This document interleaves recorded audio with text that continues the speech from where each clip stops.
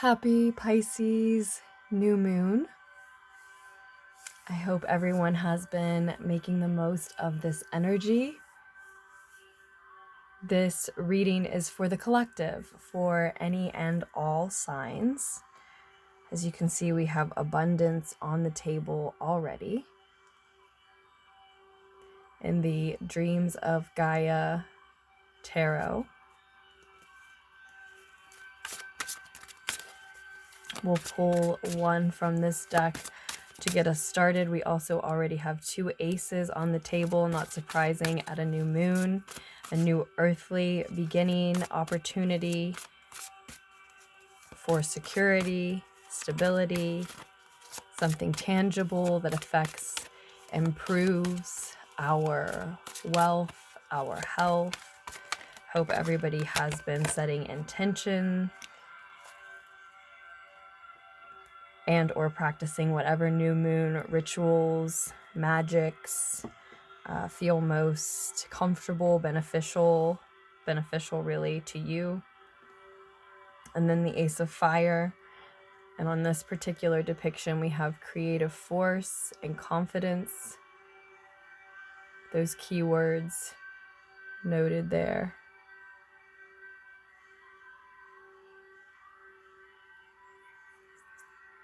So a burst of creative inspiration coming in at the same time, and it looks like it's really a fated connection, an offering from the divine. It offers you possibility, a time of change, something worth celebrating, something that ignites your passions, yes, awakens your creativity, playfulness, moves you into and toward bliss. It might have to do with a partnership. I saw the Six of Cups below there as well. So this is our first lunar pool in a while. And as I said, we're going to start with looking at a couple of cards. We'll go ahead and look at the bottom of the deck too, and the emotions card. So the Eight of Earth and the emotions card again from the Dreams of Gaia. And then we'll pull a spread using the Deviant Moon Tarot here, and use the Spirit Song Tarot deck and the Radiant Rider-Waite probably as well for clarifiers, and do a nice lengthy reading, 30 minutes or so in total, since we haven't had a lunar pool in a minute, and it is for the collective and for the new moon.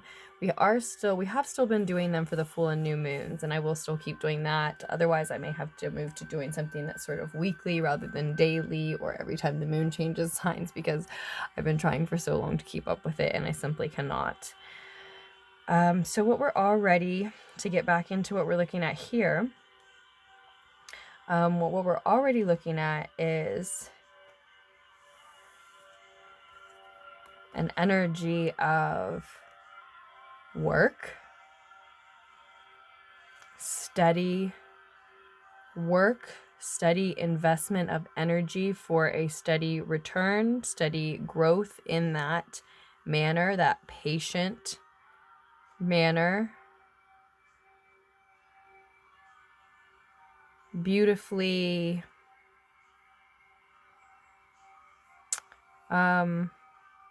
consistent, taking the necessary steps to nurture one's self, one's growth, one's progress, one's work, one's honing of their own talents in a gradual daily sense, which can be an ask for, again, a lot of patience, consistency, and feel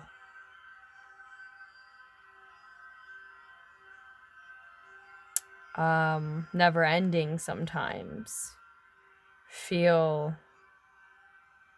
eternal, but it is leading somewhere. That repetition is the necessary, needed, again, for the third time, consistency is the word that keeps coming through. It's very close at the very least.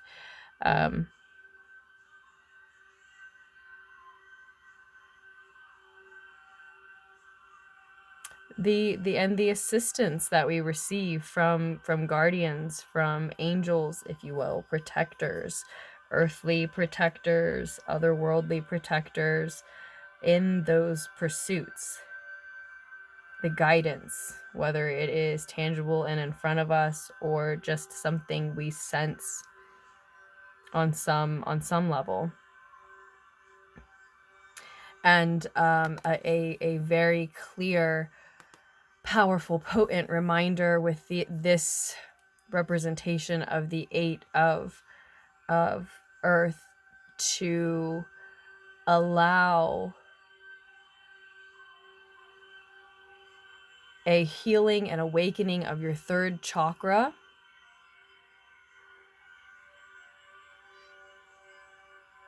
Oops, sorry about the shaking. I was trying to focus for you. Hope you can see that a little clearer now.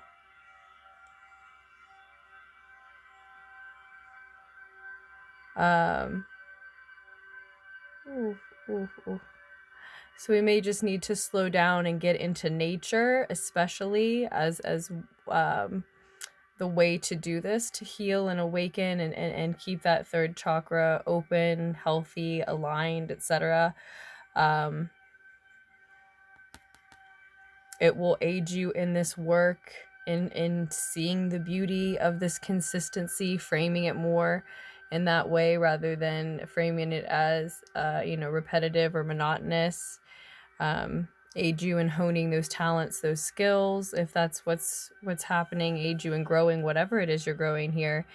Letting your inner light shine even in those time periods, situations, environments, circumstances that do require that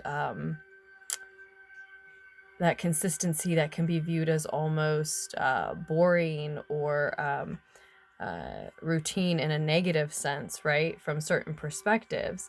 And getting into nature and keeping connected with nature, animals, the outdoors, your own body, keeping your own body in movement, all of those things can be or that type of thing, rather, I mean to say, is simply one mode, one way of healing and awakening, and keeping that 3rd chakra, as I said again, opened and aligned, connected, active, evolving through that, in that, right? There are many other ways, of course, as well, but this card really has that standing out, as well as the idea that your heart chakra, with all of the green and a little pink coming through there, may need addressed as well, or just some extra attention in order to continue to be appropriately, properly maintained while you focus inward on this work, whether that means inward at yourself or staying indoors to do that work. Perhaps a lot of you may be lucky enough to enjoy doing some of it outside, and I think it's connected to emotional matters for you. Maybe this work has to do with others' emotions and or your own emotional talents. Maybe a lot of you are using your empathetic abilities, empathetic senses, clairsentient senses. And again, we see dragon aids, dragon guardians, I want to say angels, protectors, aiding, assisting, helping, looking over, in both states of the emotions that are pictured here. The balanced state and the distressed state. In the light, in the dark, in the clarity, and in the confusion and despair.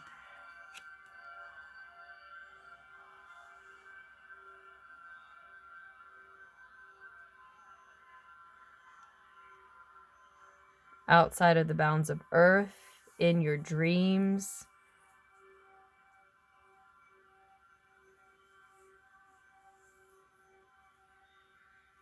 Walking with you through different stages of your evolution, able to evolve along with you or visit you in these different states, realms, perspectives, mindsets, offering you, if you're paying attention, if you're collecting sort of the wisdom along the way, shortcuts in a sense. Oh, I'm sorry, this hasn't been focused for a minute. Offering you shortcuts in a sense. These keys we see.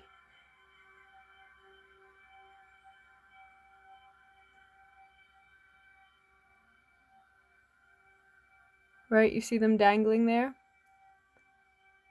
Multiple secrets, hacks, tricks. Yeah. Shortcuts. Maybe in mastering, manipulating, utilizing these emotions. But I want to glance at the guidebook quickly, and then we will definitely get into, with the last 20 plus 25, 20 or 30 minutes of this reading, the other decks in a lengthier spread. But I just love this Streams of Gaia Tarot. So I feel like it's really not that surprising that we see indications of wealth and abundance coming in here with this Eight of Earth, since we had the abundance card on the bottom of the deck as we started, right? This is reminding a lot of us that it can be a good time to make plans for the future rather than resting on our laurels, so to speak. It might be time to think about that next big leap rather than, just simply enjoying the good times. It's a time to allow part of the celebration of the good times to be daydreaming, and then allowing those daydreams to take form into plans for the future. That doesn't mean taking action, especially not now in Pisces season with Mercury retrograde in Pisces. It may just be time to meditate about these things, think about them, daydream about them. And I'm not saying that means you can't take action. You can take careful, measured, meticulous, thought out, well-planned action, or even spontaneous but intuitively informed action, without expectations that will leave you disappointed, and with a hold over your own emotions, as this card is going to add to the mix here, so that if something does go wrong, you don't allow it to drag you down or feel defeated in any way. All emotions are necessary, this card reminds us. The influence that our feelings and emotions have upon our choices and decisions, and I'm quoting that from the guidebook, is specifically what this card is reminding us. The guidebook goes on to point out love, joy, gratitude, peace, and serenity. Oh, also hopefulness, inspiration, amusement, pride, awe, and curiosity, as positive feelings and emotions that have a high influence on us. I'm going to name those one more time while I let you look at this image.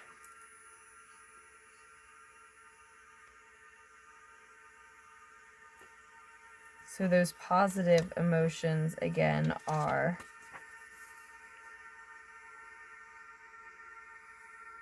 love, joy, gratitude, peace, serenity, hopefulness, inspiration, amusement, pride, awe, curiosity.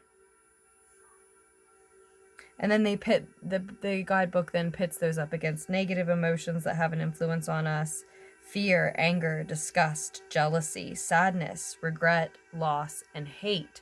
So those positive emotions are, of course, what we all need to nurture at this time in order to aid in that opening, healing, maintenance of, connectedness with our third eye there.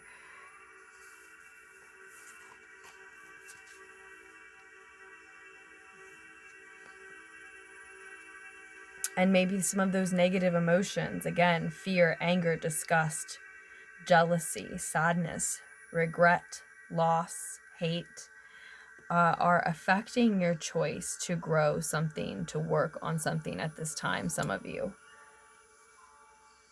It also says that the key message of the emotions card is that feelings and emotions are neither good nor bad.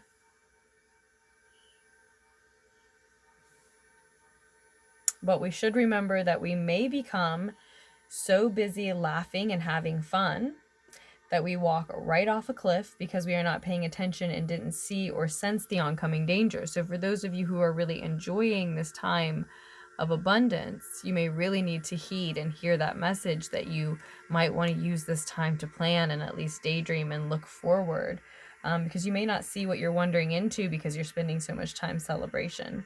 And of course, the flip side of that is, as I was saying, falling victim to that fear, that disgust, rage, any of those negative emotions that you may have resonated with. It's the emotions that we allow ourselves to feel, though, that will give lightness or weight to our thoughts, beliefs, and perceptions. That is, again, quoted straight from the guidebook. The emotions we feel give lightness or weight to our thoughts, beliefs, and perceptions. So if you do wander off a cliff, so to speak, because you are paying too much attention to celebrating this abundance, this wealth that's coming in, it's going to be... moving forward from that point will be about the emotions. The experience you have moving forward from that point will be about the emotions you allow yourself to feel. That will then, again, give lightness or weight to our thoughts, beliefs, and perception. And still quoting, it says they give them power, right? Oh, sorry, I'm just like shifting everything. Sorry. So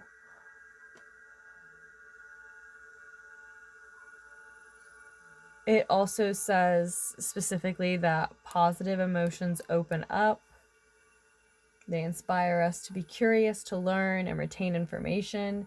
Feelings of joy can blind us to warning signs, just as anger or fear can blind us to opportunities and experiences that will bring us joy. So that's the crux of it, right? Again, emotions we feel play a fundamental role in giving lightness or weight to our thoughts, beliefs, and perception.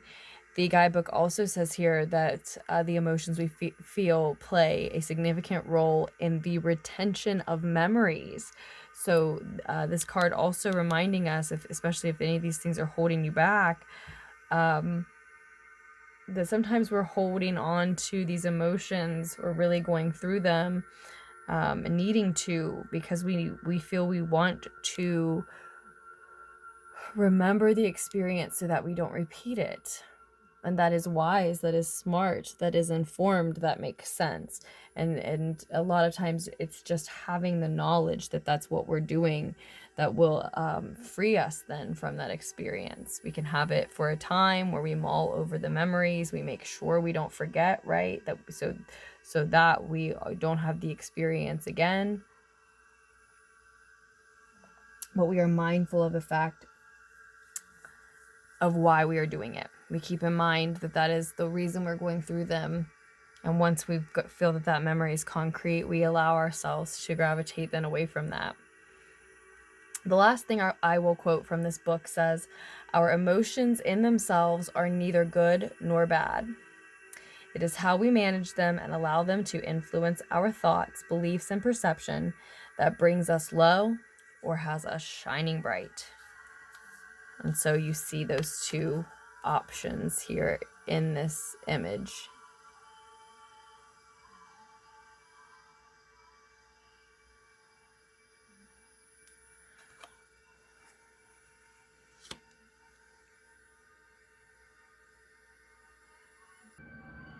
Okay, so finally at 20 minutes in, let us now move on to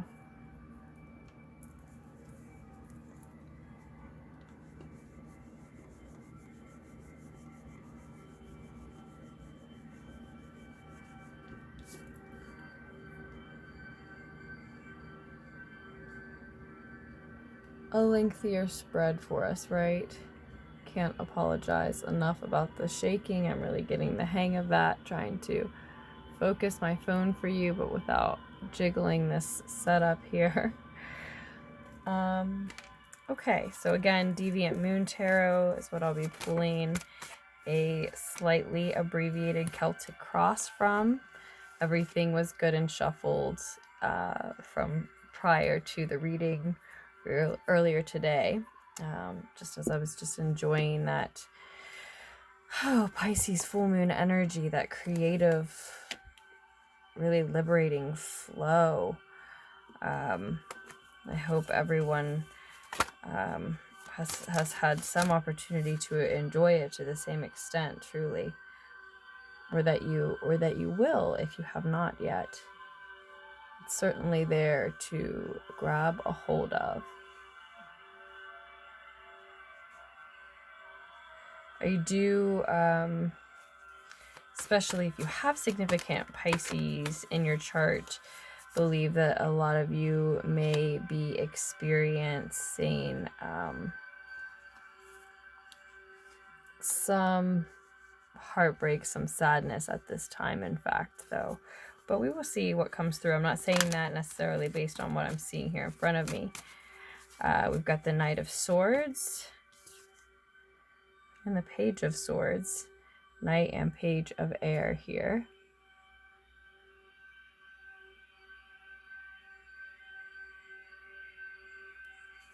So a little bit better maybe. Two of Pentacles is crossing that Knight of Air.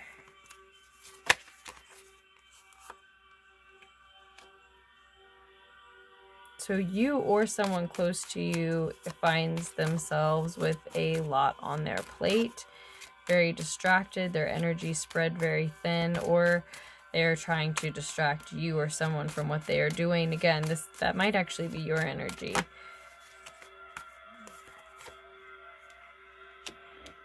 Or it might be someone who is sort of a competitor, a warring ego, someone who you're feuding with to some extent.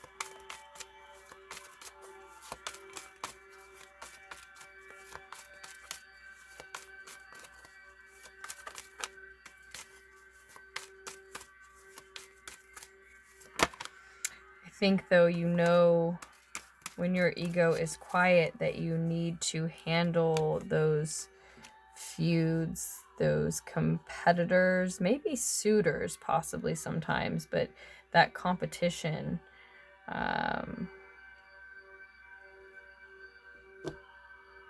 those egoic obstacles, whether they're your own, but likely they're other people, in a diplomatic manner. When your ego is quiet and not engaging in that pettiness and that drama,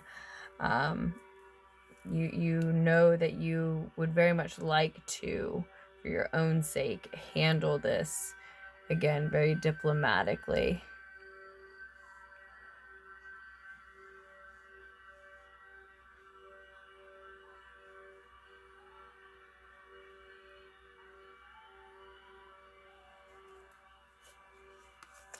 We've got the King of Fire here on the bottom of the deck. I just want to get him on the table with us as well. So a lot of you are already planning, as I was talking about here. This might be the time for that. A lot of you are already planning, and if you're not in frequent meditation, that's something that your mind needs at this time. Maybe a mantra even that speaks to Mercury, its tendency to confuse your communication even with your own self, your own dreams, plans.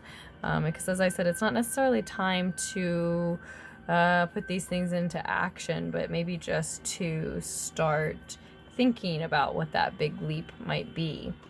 And that's going to, differ for all of you. But again, you may already have a lot on your plate, and that's why it's just time for daydreaming and thinking and planning and making sure that you stay in frequent, consistent meditation sessions, even if those frequent meditation sessions are brief.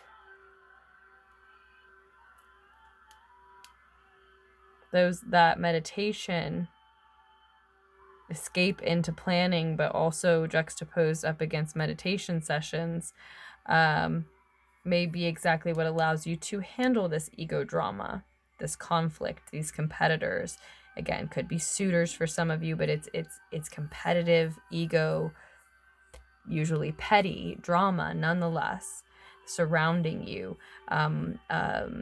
serving to hold you back, waste your time, distract you from more noble, worthier, more valuable pursuits, and you already have much to choose from, it seems.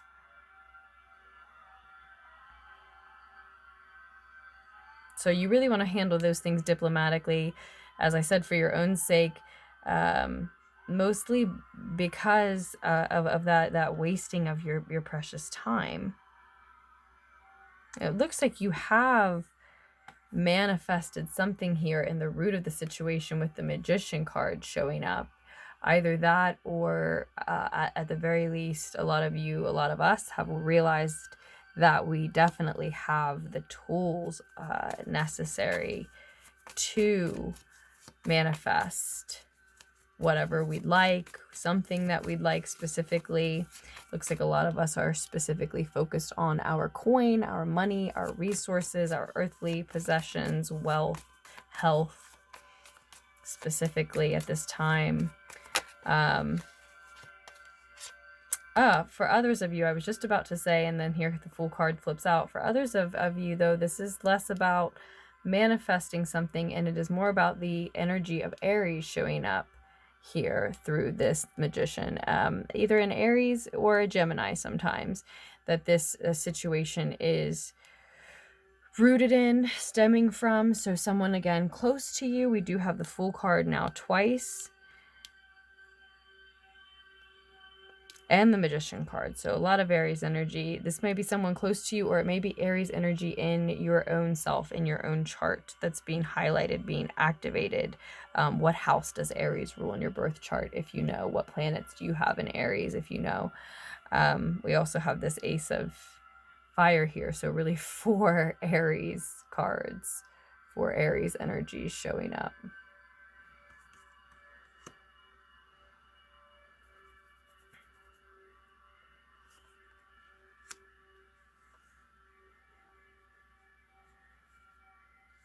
And so if that's not you, who's very focused on your coin, who has, again, manifested something, or at the very least realized you have the tools to manifest something, then that Aries energy that has awakened, activated a lot of this planning in you,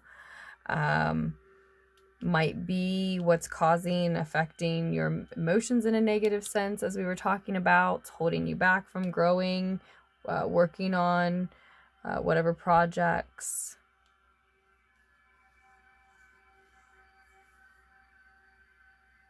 You could be evolving otherwise, and it looks like though they have their finger dipped into a cup of love here, a cup of emotion here, in reality, they are the ones then that are more focused on their coin.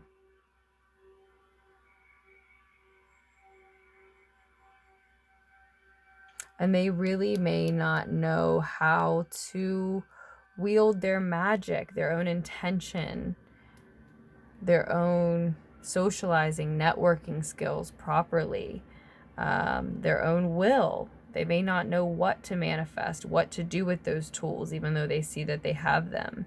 They may not know what to do with a new beginning, even though they can see that it's a potential adventure in front of them. They may be very foolish, very naive, and sort of waste an opportunity around this time. And during this time, you're very focused on that energy. So again, if that's inside yourself, your own chart, then that might be part of what you're growing. And that's one message, that's one path, one road. But if that is someone else's energy that you're focused on, that really may be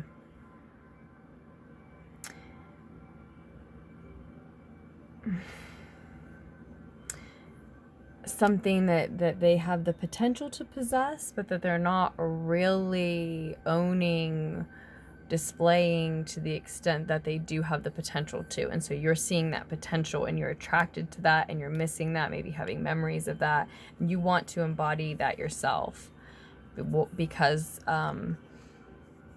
if they were wielding that fire element properly, they could be a very persuasive, social, caring, supportive energy for the collective. They could wield all the elements, be very close to spirit and able to manifest a lot of what they want when they want, be very reliable for their family, for just energies that look up to them and look for their guidance in general.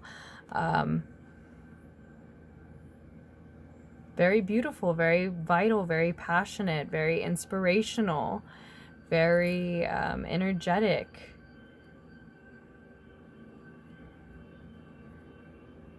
Intense, yes, but in the best way, the most beautiful way sometimes. Very vibrant, very alive.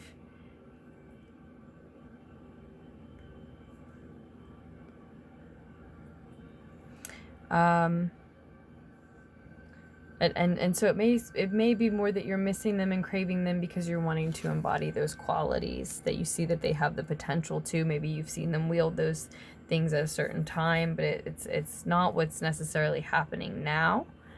But again, you're not necessarily on that path. If that's the one that you are on, though, where you're focused on someone else's energy here, I do think that is the person who could energetically be holding you back, creating negative emotions in you that you're focused on or limited by, restricted by, rather than being able to focus on this growth and evolution, this work, this project, this passion, this health, this chakra alignment for some of you. Probably most of you. The Page of Air then is in the more recent past. You have seen, realized a truth.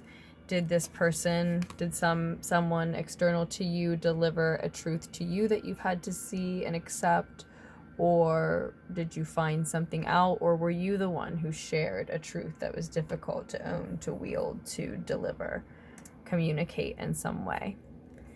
This truth has been realized, has been seen. It is difficult.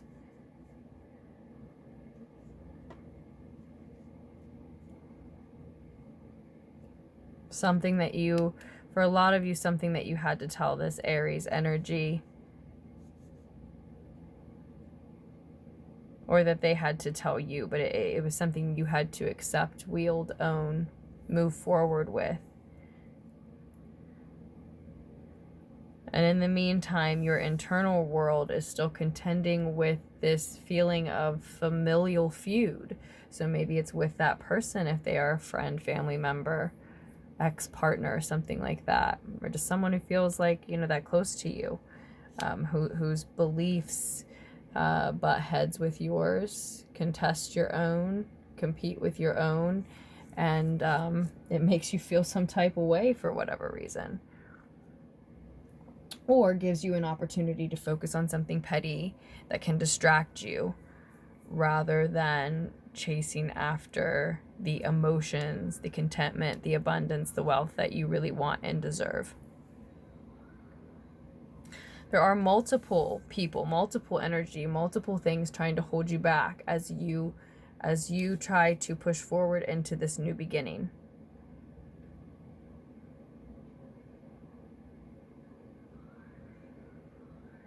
For a lot of you, namely, specifically this Aries energy. Now, is that something that is too prideful to the extent of arrogant that is within your own self? Something that is too stubborn, too headstrong, too childish, too immature, too self-serving within your own self that holds you back, that you need to face, like a shadow side, perhaps. But again, there's these at least two paths here that I see. For others, it is, you know, a lot of you, it is an Aries in your external world, because I also see, well, that not only that this does show up in your external world, but that they may be the ones who have multiple energies trying to hold them back. And misery loves company. They'd like to hold you back as well. They don't want to let you go and have a new beginning, maybe without them in some sense. Well, they still feel held back. If they're held back, then they will share that curse with you gladly. For some of you, that is what you're dealing with. And this person seems like they are then, you know, toxic, maybe narcissistic, certainly not completely emotionally healthy.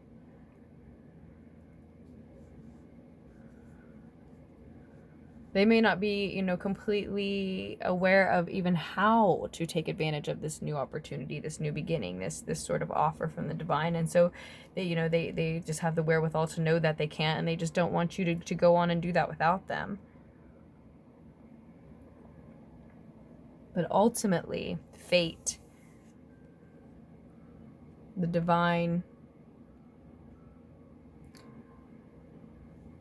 is going to step in and take some form of control, offer you an opportunity that you may need to make sure you don't miss. I think it's coming in the form of this heartbreak we've been talking about. It's a blessing in disguise.